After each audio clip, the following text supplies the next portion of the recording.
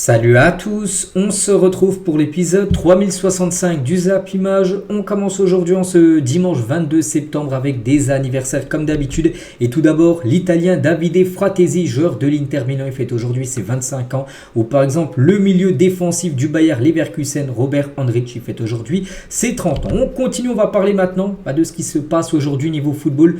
Il y a eu beaucoup de matchs hier, mais également aujourd'hui des belles rencontres. Tout d'abord en Allemagne, qui en parlait d'Andrich avec son anniversaire. Aujourd'hui, son club du Bayer Leverkusen reçoit l'équipe de Wolfsburg cet après-midi. Il y aura aussi Dortmund qui se déplace à Stuttgart. Deux équipes ont joué en Ligue des Champions cette semaine, comme Leipzig qui se déplace chez le promu St. Pauli. En Première Ligue, Brighton, Nottingham Forest et surtout le gros match cet après-midi à 17h30. Manchester City reçoit l'équipe d'Arsenal, le premier contre le deuxième la saison dernière. De Première Ligue du côté de la Liga. Il y a aussi des belles affiches. L'Atlético Madrid se déplace au Rayo Vallecano. C'est un derby, parce que le Rayo Vallecano, c'est dans Madrid. C'est dans la banlieue de Madrid, voilà. Le Barça, qui après la défaite à Monaco jeudi soir, se déplace à Villarreal pour essayer de rebondir, bien sûr. Du côté de la Serie A, là aussi, il y a des belles affiches, comme l'AS Roma, Udinese. Mais ce soir, c'est la très belle affiche. L'Inter Milan contre l'AC Milan, c'est le derby de Milan. Et du côté de la Ligue 1, là aussi des belles affiches. Monaco-Le Havre à 15h. Il y aura Montpellier à Auxerre. Attention, du côté de Montpellier, en cas de défaite du coach, je pense qu'il sera viré. Michel Derzakarian, il joue sa survie aujourd'hui contre l'équipe bourguignonne. Et ce soir, l'Olympico Lyon contre Marseille. Donc voilà, vraiment, il y a des très belles affiches aujourd'hui. Et tiens, pour revenir sur Inter AC Milan, on parlait de Michel Derzakarian, l'entraîneur de Montpellier sur la sellette. La même chose pour Paulo Fonseca. S'il y a une défaite ce soir contre l'Inter, ça sera fini, je pense, demain. Pour le coach de Milan qui pourrait se faire licencier. On revient nous sur Lyon-Marseille et on connaît l'arbitre, ça sera Benoît Bastien qui arbitrera l'Olympico ce soir. Et jamais l'Olympique de Marseille ne s'est imposé face à Lyon lorsque Benoît Bastien était au coup de sifflet en championnat. Donc on verra si cette mauvaise série pour Marseille s'arrêtera ce soir. Et c'est vrai que Marseille sera quand même le premier gros test pour les Marseillais ce soir avec ce déplacement du côté de Lyon. Et à noter que côté Marseillais, donc Quentin Merlin est forfait, c'est quand même le défenseur gauche titulaire indiscutable du côté de l'équipe de l'OM qui est forfait pour ce match. Donc il souffre d'une lésion à la cuisse droite, donc il sera remplacé par un autre joueur. Et concernant Verretou, donc lui ça sera un match un peu spécial parce qu'il y a encore quelques semaines il était joueur de l'Olympique de Marseille. Maintenant, il est joueur de l'Olympique lyonnais. Et Verretou, sur ces dernières semaines à l'OM, où il dit que c'était très compliqué. Quand tu es dans des moments compliqués comme ça, tu as juste envie de profiter, de jouer. La meilleure solution était l'Olympique lyonnais. Mais ça a pris du temps et nous étions impatients. Donc voilà, ce soir, il pourrait être titulaire et jouer contre son ancien club, l'Olympique de Marseille. On va parler de l'AS Monaco qui a battu, on sait, le Barça jeudi soir en Ligue des Champions. Et c'est que l'AS Monaco qui joue et qui reçoit l'équipe du Havre cet après-midi à 15h. Il carbure en ce début de saison. Ils avaient déjà posé un 3-0 contre le Barça pour le trophée Gamper, mais sinon en Ligue 1, victoire contre Saint-Etienne, victoire contre Lyon, victoire contre la Auxerre, match nul contre Lens et victoire contre le Barça en Ligue des Champions. Pour l'instant, ils font un énorme début de saison. L'équipe de l'ASM. On va parler maintenant de Vincent Labrune, tacle la nouvelle Ligue des Champions. Ce nouveau format, il a dit, nous voulons nous différencier d'une Ligue des Champions avec toujours plus de matchs, toujours plus d'équipes. Il faut que le week-end de Ligue 1 reste notre précaré. Donc voilà ce qu'il a pu dire. Lui, il n'aime pas trop ce nouveau format de Ligue des Champions, alors que la plupart des personnes qui ont donné leur point de vue sur cette nouvelle formule disent en gros que c'est une grande réussite, pour l'instant. Et concernant cette semaine européenne où il y a eu seulement la Ligue des Champions qui a été jouée, et la France 3e au classement UEFA en ce début de saison. Donc l'Angleterre, l'Allemagne, l'Italie et l'Espagne sont derrière les clubs français. Il va falloir poursuivre ça dès la prochaine semaine internationale. Ça sera la semaine prochaine en gros. Il y aura de nouveau des matchs de Coupe d'Europe. On va parler d'une grosse info concernant le défenseur anglais Trent Alexander-Arnold souhaite racheter le FC Nantes, le club français. Donc à travers un fonds d'investissement anglais géré par son père, le capitaine de Liverpool a déjà fait une offre orale de 100 millions d'euros plus 40 millions d'euros de bonus pour s'acheter tout simplement le FC Nantes. Il s'est déjà entretenu à 3 reprises avec Waldemar Kita ces derniers mois, le propriétaire et le président actuellement de Nantes qui pourrait vendre le club pour 100 millions. La famille Alexander-Arnold et surtout son père qui a beaucoup d'argent aussi, Alexander-Arnold. Donc après avoir vu Kylian Mbappé acheter le Stade Malherbe de Caen, peut-être Alexander-Arnold pourra acheter l'équipe du FC Nantes. Officiel Free devient partenaire de l'Olympique Lyonnais, du PSG et de l'Olympique de Marseille. La plateforme annonce qu'elle proposera des contenus exclusifs sur FreeFoot. Donc, si vous êtes abonné par Free, vous aurez des abonnés, des fois, je sais pas, des trucs exclusifs en gros que vous pourrez retrouver sur cette plateforme. On va parler de Michel Platini, ancien très grand joueur de l'histoire de l'équipe de France. Et pour rendre le football le plus attrayant, donc Platini propose de le faire passer à 10 joueurs par équipe, parce qu'on sait que maintenant c'est 11 contre 11. Et ben lui, il aimerait faire du football maintenant 10 contre 10. Peut-être qu'il faudrait enlever un joueur, jouer à 10. Le football, on l'a fait à 11 en 1900. Mais en 1900, ils couraient moins qu'aujourd'hui. Ils étaient moins costauds, ils allaient moins vite que les joueurs actuellement, on peut dire. Donc ça serait peut-être une bonne chose de limiter le nombre de joueurs, ça libérerait de l'espace. Oui, s'il y a 2 joueurs en moins sur une pelouse, ça ferait plus d'espace et en gros le jeu serait plus attrayant. Donc voilà, c'est ce qu'ils pensent. Après, on est encore très loin de changer ça parce que ça c'est quand même une règle qui a été mise en place depuis 1900. Ça fait plus de 124 ans que le football se joue à 11 contre 11. Mais on ne sait jamais, les gars, dans le futur, il y a plein de changements dans le football avec maintenant l'assistance vidéo. Avant qu'on pensait jamais que ça allait être le cas, maintenant elle est dedans. Et peut-être un jour ça jouera 10 contre 11, peut-être un jour les matchs dureront plus que 90 minutes mais moins longtemps, avec quand le ballon sort en touche, voilà, le chrono sera arrêté, peut-être qu'il y aura des modifications comme ça, mais pour l'instant on est encore très loin. Toujours tiens avec Platini, les gens de ma génération ne regardent plus beaucoup le football parce qu'ils ne s'y retrouvent plus, les gardiens et défenseurs touchent plus de ballons que les milieux de terrain, parce qu'à l'époque c'était les milieux qui touchaient le plus de ballons et maintenant... Et ben des fois c'est les gardiens, voire les défenseurs qui se font des passes, tout ça, et qui touchent le plus de ballons à la fin des rencontres. Et toujours avec Platini pour finir avec lui, donc c'est sur Rotten sans flamme qu'il a dit toutes ces déclarations-là. N'a pas aimé les prises de position politique des joueurs français à l'Euro. Il a dit ça m'a choqué, l'équipe de France et l'équipe de tous les Français, ils peuvent prendre position, mais chez eux, pas en conférence de presse. Souvenez-vous quand c'était les élections, tout ça, chacun avait donné son point de vue. Il a dit en gros que ça l'a un petit peu choqué, en gros que les joueurs de l'équipe de France disent en conférence de presse pour qui il faut voter lors des dernières élections. Bref, on continue, on va parler maintenant de Amine. Donc c'est un streamer très connu et il veut racheter un club. Il l'a dit lors d'une de ses chaînes Twitch, là, sur ses lives, il a dit: mon rêve est d'acheter un club de foot avec Samir Nasri. On vous diffuserait les matchs en streaming et on ferait tout pour le faire monter le plus haut possible, ce club qu'il aimerait racheter avec Samir Nasri. Donc à suivre. On va parler de Jules Koundé. Donc Chelsea aimerait recruter Jules Koundé cet hiver. L'opération pourrait s'élever à environ 60 millions d'euros parce que du côté de Chelsea, en gros, ils sont un peu inquiets par rapport à Reece James, très bon joueur mais souvent blessé, le capitaine du côté de Chelsea, le défenseur droit, et en gros ils miseraient peut-être sur Jules Koundé cet hiver. Et si c'est pas possible, en cas d'échec sur le dossier Jules Koundé, Chelsea tentera Jérémy Frimpong, le défenseur droit du Bayer Leverkusen. Mais voilà, Chelsea devrait, c'est une équipe qui recrute beaucoup, Chelsea qui a beaucoup de joueurs sous contrat. Ils aimeraient faire un nouveau défenseur droit de grosse qualité dès le mercato hivernal. On va parler du Suisse, Johan Djourou va devenir consultant chez DAZN. L'ancien professionnel commentera le match cet après-midi entre Monaco et Le Havre, prévu là à 15h. Officiel, Mohamed Ihataren signe à Walgic, voilà, donc dernier d'Eredivisie. Donc depuis 2021, il est passé par la Juventus, la Sampdoria, l'Ajax et le Slavia Prague, en espérant qu'il puisse enfin se relancer, parce que lui il a eu pas mal de problèmes en dehors de sa carrière et surtout quand il était en football, dans le foot, je crois, par rapport au comportement, c'était pas super. C'est pour ça qu'il a joué dans pas mal de clubs là sur ces dernières années, et là il vient de signer dans la lanterne rouge du côté du championnat néerlandais. J'espère que ça soit enfin le déclic pour lui et qu'il relance sa carrière, parce qu'il était présenté comme un futur crack et pour l'instant on ne voit pas grand chose de ce genre. Mohamed Ihataren. Daniel Bravo, ancien joueur du PSG, maintenant consultant sur l'équipe, il a dit il faut installer Kolo Muani en pointe du côté du PSG, en tout cas en attendant le retour de Gonzalo Ramos qui doit revenir mi-novembre à peu près. Il amène de la profondeur et de la variété, on sent qu'il peut vraiment monter en puissance, voilà ce qu'il a pu dire. Et que voilà, parce qu'on sait que Luis Enrique souvent il préfère Asensio, par exemple en Ligue des Champions, on sait cette semaine ça a été Asensio qui a commencé titulaire, et pour Bravo, lui il dirait que plutôt il faudrait mettre Kolo Muani en numéro 9 du côté de Paris.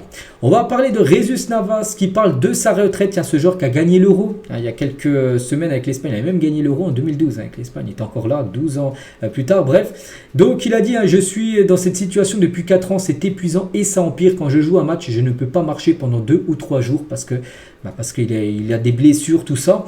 Pour moi, c'était un grand défi ces 6 mois. Je voudrais être avec Séville et j'espère pouvoir tenir jusqu'en décembre, car chaque match commence à devenir plus difficile petit à petit. Je veux pouvoir jouer avec mes enfants demain, parce que voilà, il dit que vraiment, il parle de sa retraite parce qu'il va bientôt prendre sa retraite, parce qu'il dit qu'à chaque fois qu'il joue un match, pour revenir en gros du match, c'est très compliqué. Voilà, déjà parce que des fois quand tu as un match, dès le lendemain tu as entraînement, il dit que voilà, lui il met 2-3 jours à revenir, être prêt parce que s'il prend plus de temps à récupérer en gros d'un match, voilà, d'un match tout simplement. Donc c'est pour ça que très prochainement on pense qu'il va prendre sa retraite. Il a dit, il aimerait tenir jusqu'à décembre, donc ça se peut peut-être qu'en décembre, Jesus Navas en gros prenne sa retraite, ce joueur qui a tout remporté. Il a gagné, je crois, la Ligue des Champions, il a gagné bien sûr l'Euro, il a gagné, je ne sais même pas s'il a gagné la Coupe du Monde, je ne sais plus s'il était dans le groupe de l'Espagne en 2010 lors de la victoire, mais voilà, c'est une légende du côté de l'Espagne. On va parler de l'équipe de France féminine et l'ancien préparateur mental de Léon Marchand, vous savez ce gars de la natation là qui a gagné plein de médailles d'or, bref, et ben il va rejoindre le staff des Bleus, voilà, donc c'est l'ancien préparateur mental, il va être maintenant du côté de l'équipe de France féminine. Tiens, toujours avec l'équipe de France, mais cette fois-ci masculine, et Florian Thauvin peut retrouver l'équipe de France selon Rudy Garcia. Il a dit à lui de continuer de porter l'Udinese. À ce moment-là, bien évidemment, il pourra de nouveau postuler, pourquoi pas, une place en équipe de France. C'est un créatif, son profil manque un peu en équipe de France. On en a parlé lors de l'Euro quand Antoine Griezmann était un peu moins bien et qu'on manquait un peu de création. C'est vrai que oui, Griezmann, bon, c'est un cadre du côté de l'équipe de France. À l'Atlético, ça se passe bien. On a pu voir cette semaine en Coupe d'Europe, il était décisif. Mais c'est que Thauvin, pourquoi pas, c'est que Thauvin, c'est un peu le même style que Griezmann. Et vu le début de saison qu'il fait avec Udinese, ce ne serait pas non plus un scandale s'il venait être appelé lors du prochain rassemblement qui sera d'ici quelques jours. Omar Da Fonseca sur le PSG sans Kylian Mbappé. Donc lui il a dit, oui, évidemment qu'il manque à Paris. Il manque parce qu'il n'y a pas le joueur avec ses statistiques, un joueur qui mettait 40 buts par saison là sur les 5 dernières saisons du côté de Paris. Si on pense que Dembélé va marquer 15 buts, ce n'est pas vrai, il ne marquera pas 15 buts cette saison. Il est très loin déjà des 40 buts inscrits par Kylian Mbappé. Donc oui, pour Omar Da Fonseca, Mbappé manque à l'équipe du Paris Saint-Germain. Et toujours avec Omar Da Fonseca, il parle d'un joueur, Barcola. Il a dit un plus petit est l'espace, moins grand vient Barcola en gros. C'est-à-dire que Barcola c'est un joueur un peu comme Mbappé, c'est un joueur, il lui faut de l'espace, de la profondeur, tout ça. Et quand c'est dans du jeu réduit, tout ça, et ben on peut voir contre Girona, où l'équipe était très compacte en défense, Girona on l'a pas vu, Barcola, mais quand il y a de la profondeur, où vraiment voilà, il peut exprimer avec sa vitesse tout ça, et ben là c'est un top player, voilà, un peu à l'image on peut dire de Kylian Mbappé. On va parler des chamois niortais. Donc l'information est passée comme inaperçue ces derniers jours, mais Niort, encore en Ligue 2 il y a 2 ans, a été rétrogradé en départemental 1. C'est voilà, je sais pas, 7-8e division française, 9e division française, voilà, pour être précis. Championnat de district, force aux supporters de Niort. Voilà, donc grosse force à eux. On va parler de Nacho. Je suis désormais fan du Real Madrid. C'est étrange de regarder l'équipe à la télévision parce que maintenant il joue du côté du championnat saoudien. Mais il regarde encore les matchs du Real Madrid. Il les a regardés par exemple hier soir. Il les a regardés lors du match aussi contre Stuttgart en milieu de semaine. Et il dit que ça fait bizarre parce qu'il était dans ce club depuis plus de 15 ans. Et on sait que maintenant il a quitté le Real. Mais il n'a pas voulu rester en Europe pour ne pas pouvoir jouer contre le Real. Et c'est pour ça qu'il est parti en Arabie Saoudite aussi pour signer bien sûr un gros contrat. Regardez le flocage d'un supporter parisien. Bon, Rabiot, je ne vais pas vous dire les 3 lettres, vous savez ce que ça veut dire, parce qu'on sait que Rabiot, c'est officiel du côté de l'OM déjà depuis quelques jours, et pour certains supporters, bien sûr, ça passe toujours pas. Et Rabiot, plus jeune, j'aimais bien regarder l'Olympique de Marseille. À 10-12 ans, à l'époque, Mamadou Niang, Maolida, comme j'aimais bien regarder d'autres équipes. Mais voilà, n'oubliez pas qu'il a été formé en Paris Saint-Germain, mais il appréciait regarder l'OM. J'ai tout de suite adhéré au projet présenté par Mehdi Benatia, le coach et le président. Un projet très ambitieux, un vrai beau challenge. Peut-être que ce choix a déçu, mais c'est ma carrière. Déçu certainement les supporters parisiens. Il parle aussi de l'accueil reçu à Marseille, où il y avait beaucoup de supporters. Il y avait plus de 500 supporters qui étaient présents pour l'accueillir à l'aéroport par rapport à son arrivée. Il a dit, j'étais vraiment surpris car j'étais formé au PSG, je ne m'attendais pas de l'animosité, mais peut-être pas à 500 supporters. Le football domine tout ce qu'il y a autour, c'était vraiment top cet accueil, avec tous ses supporters bien sûr, pour l'accueillir. Et répond aux supporters du PSG qu'il critique, par rapport, voilà, parce qu'il a signé du côté de l'OM alors qu'il était formé au PSG où ça passe pas pour beaucoup de supporters. Je n'ai rien à expliquer, je fais ma carrière. Avec de l'expérience et d'autres circonstances, on peut se rendre compte que les choses sont différentes. Peut-être que ça en a déçu certains, mais le choix m'appartient. Voilà. Donc voilà ce qu'il a pu dire. Rabiot qui se déplacera bien sûr avec son club de Marseille au Parc des Princes où je pense un accueil sera très spécial, on peut dire, pour son retour au parc pour Rabiot. On continue, on va parler d'Alexis Beka is back. Il fait son retour et ça c'est une très bonne nouvelle. Dans une vidéo postée sur son compte Instagram, le joueur de 23 ans montre qu'il a repris sa préparation physique. Et ça, c'est une bonne nouvelle. N'oubliez pas qu'il a eu des gros problèmes, hein. Donc déjà, il est sans club parce qu'il a résilié son contrat avec l'équipe de Nice. Mais il y a à peu près, je sais plus, c'était l'année dernière. Hein, il voulait se suicider. Il était au-dessus d'un pont à Nice où il avait menacé de se jeter. Heureusement, il n'y a pas eu, il s'est pas jeté. Mais depuis, alors voilà, il s'est écarté du monde du football. On peut voir qu'il reprend sa carrière en main, il retourne à l'entraînement. Bon, actuellement il est sans club, mais ça se peut qu'il signe un contrat très prochainement. Et on est très content, voilà, que ça aille beaucoup mieux pour Alexis Beka. On va parler d'Aymeric Laporte, veut revenir en Europe, ce défenseur espagnol qui a gagné l'Euro, mais il est parti du côté d'Al Nassr. Il a dit il y a beaucoup de circulation et il fait très chaud en Arabie Saoudite. Je ne vois pas ma famille vivre ici après le football, mais on ne sait jamais. Il y a des choses que nous aimons ici, mais je suis loin de ma famille élargie et c'est difficile. Tôt ou tard, je reviendrai. En Europe, en Espagne, je ne sais pas où, mais voilà. Il souhaiterait revenir certainement peut-être dès l'été prochain, jouer dans un championnat européen. On va parler du Racing Club de Lens, possède un accord avec la mairie pour le rachat du stade Bollaert. Lens fixe le prix de son stade aux alentours des 25 millions d'euros, valable jusqu'à la fin de l'année parce que l'image tient comme du PSG. Le PSG, le Parc des Princes, c'est à la mairie de Paris. Et ben à Lens, c'est pareil, c'est la mairie de Lens. C'est eux qui ont le stade. Et en gros, le Racing Club de Lens, donc le club de foot, aimerait tout simplement acheter le stade de Lens. Donc ça coûterait aux alentours des 25 millions d'euros. Affaire à suivre. Et toujours tiens du côté de Lens, et Will Steele, le nouveau coach, est quand même choqué par l'ambiance du côté du stade Bollaert. Il a dit Bollaert, c'est incomparable. Quand j'étais à Reims, on avait mis des basses à l'entraînement pour créer du bruit et habituer les joueurs à l'ambiance de Lens. Cet été, dès les tests, les matchs amicaux contre Leverkusen et Leicester, où c'était des matchs amicaux à Lens, ça m'a frappé, c'est une folie, des matchs amicaux à guichet fermé. Normalement, ça n'existe pas, c'est supérieur encore à ce que j'avais imaginé de loin. Tu as l'impression d'être avec eux, tu sens l'énergie que ça a créé. Voilà, donc voilà ce qu'il a pu dire sur cette magnifique ambiance, on sait, du côté du stade Bollaert. On va parler du directeur général de DAZN France sur les premières semaines de la diffusion de la Ligue 1. Ils font le point, en gros, voilà, par exemple, le directeur général, il a dit on est très content de ce qu'on a fait ces dernières semaines. On est très content des retours des fans, des clubs sur l'approche éditoriale et on a eu zéro bug. Les retours des fans et des clubs sont très positifs. On construit dans la durée parce qu'on est là pour plusieurs années. On se réjouit du démarrage. Maintenant, il faut ajuster, il faut tirer les enseignements faire évoluer quand il y aura besoin de faire évoluer. Donc voilà ce qu'il a pu dire. Bon, il a dit juste que pour l'instant la diffusion, tout ça, ça se passe bien, mais il n'a pas parlé bien sûr s'il est content du nombre d'abonnés, qui n'a toujours pas officiellement circulé. On sera entre 100 à 150 000 abonnés sur DAZN, alors qu'ils en attendent au moins plus de 1,5 million, 10 fois moins pour l'instant. Donc ça, il n'a pas commenté ça, mais il commente plutôt que pour l'instant, tout se passe bien, pas de bug, tout ça sur la chaîne DAZN.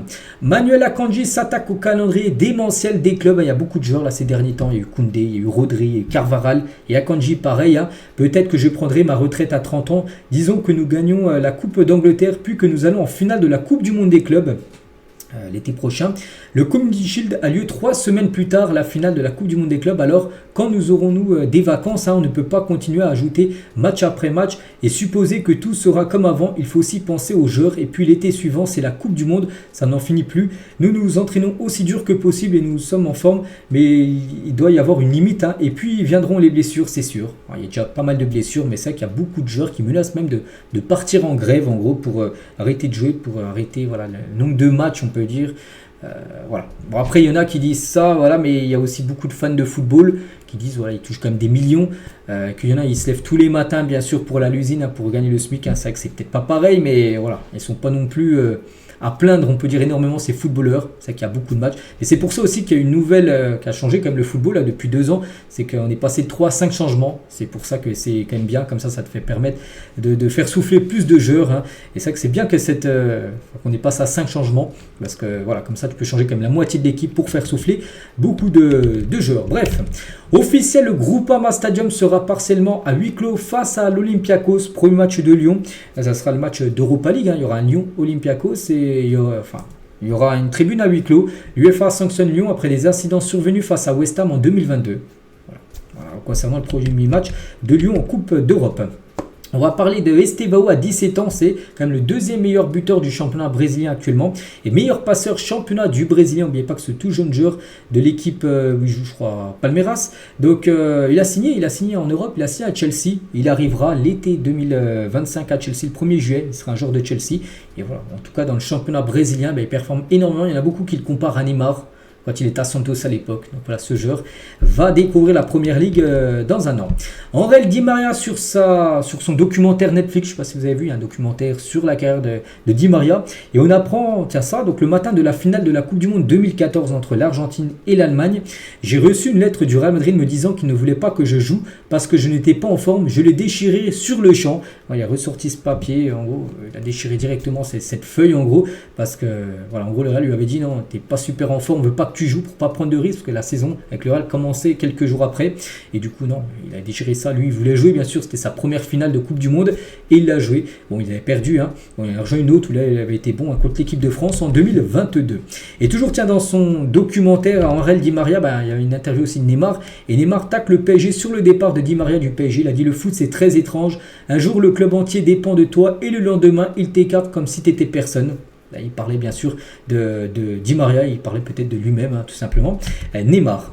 Mikayil Faye devait signer à l'Olympique de Marseille lorsqu'il avait 17 ans. Il a finalement changé d'agence à l'époque avant de signer en Croatie et avant que le Barça, bien sûr, l'achète dans les catégories jeunes. Puis maintenant, il joue du côté du Stade Rennais. On peut voir qu'il aurait pu jouer du côté de Marseille. Tiens, on va parler d'un autre Sénégalais, c'est Nicolas Jackson. Il a dit: dès que je remarque un triplé, je referai la déclaration, enfin la célébration plutôt de Cristiano Ronaldo avec son bruit.